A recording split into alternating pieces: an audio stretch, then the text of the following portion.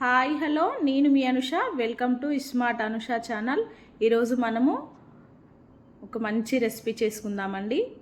మన గార్డెన్లో ఇప్పుడిప్పుడే కూరగాయలు వెళ్తున్నాయి కదండి, అవి కొన్ని వెళ్ళాయండి.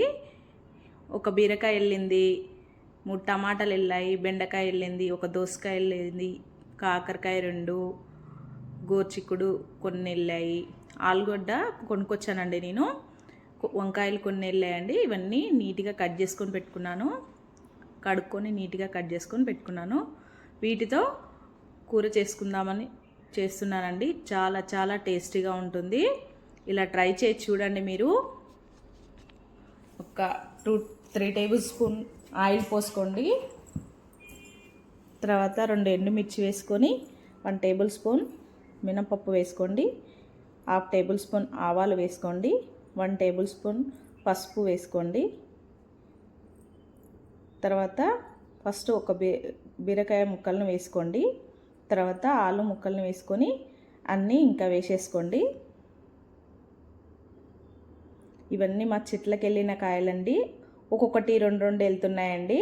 వాటితో ఇప్పుడు వేరే ఇండివిజువల్గా కూర చేయలేము కదండి, అన్నీ కలిపి వండుతున్నాను. అందుకని చాలా టేస్టీగా ఉంటుందండి ఇలా చేసుకుంటే. ఎప్పుడైనా మన ఇంట్లో కూరగాయలు కూడా అప్పుడప్పుడు 2 ఒక్కొక్కటి మిగిలిపోతూ ఉంటాయి కదండి, అప్పుడు ఇలా చేసుకోండి, చాలా టేస్టీగా ఉంటుంది. ఇలా కలుపుకొని మగ్గించుకోండి దగ్గర పడేంత వరకు. తర్వాత మగ్గిపోయాక 3 టమాటాలని కట్ చేసుకొని వేసుకొని మళ్ళీ ఒకసారి కలుపుకొని మొత్తం కలిసేలా కలుపుకొని మూత పెట్టుకొని మగ్గించుకోండి. ఈ మగ్గేలోపు మిక్సీలో ఒక 5-6 పచ్చిమిర్చి వేసుకొని కొద్దిగా కొత్తిమీర వేసుకొని తగినంత ఉప్పు వేసుకోండి.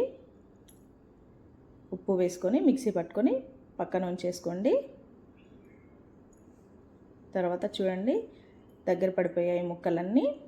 ఇప్పుడు ఒకసారి కలుపుకోండి. ఇలా అన్నీ కలిపి కూరగాయలు ఎప్పుడు చేస్తారో కామెంట్ చేయండి. ఇలా మళ్ళీ మగ్గిపోయాయి కదా, మళ్ళీ ఒకసారి కలుపుకోండి. ఇప్పుడు పచ్చిమిర్చి పేస్ట్ని వేసుకోండి. వేసుకున్న తర్వాత మొత్తము కలిసేలాగా కలుపుకోండి. ఇవి మన గార్డెన్లో వెళ్ళిన కాయలు కాబట్టి అండి చాలా చాలా టేస్ట్ ఉంటుందండి. ఏ మందులు కొట్టకుండా పండించుకుంటున్నాం కాబట్టి చాలా టేస్టీగా ఉంటుంది. ఇలా కలుపుకొని అన్ని కలగూరలాగా వండుకుంటే చాలా చాలా బాగుంటుందండి టేస్టు.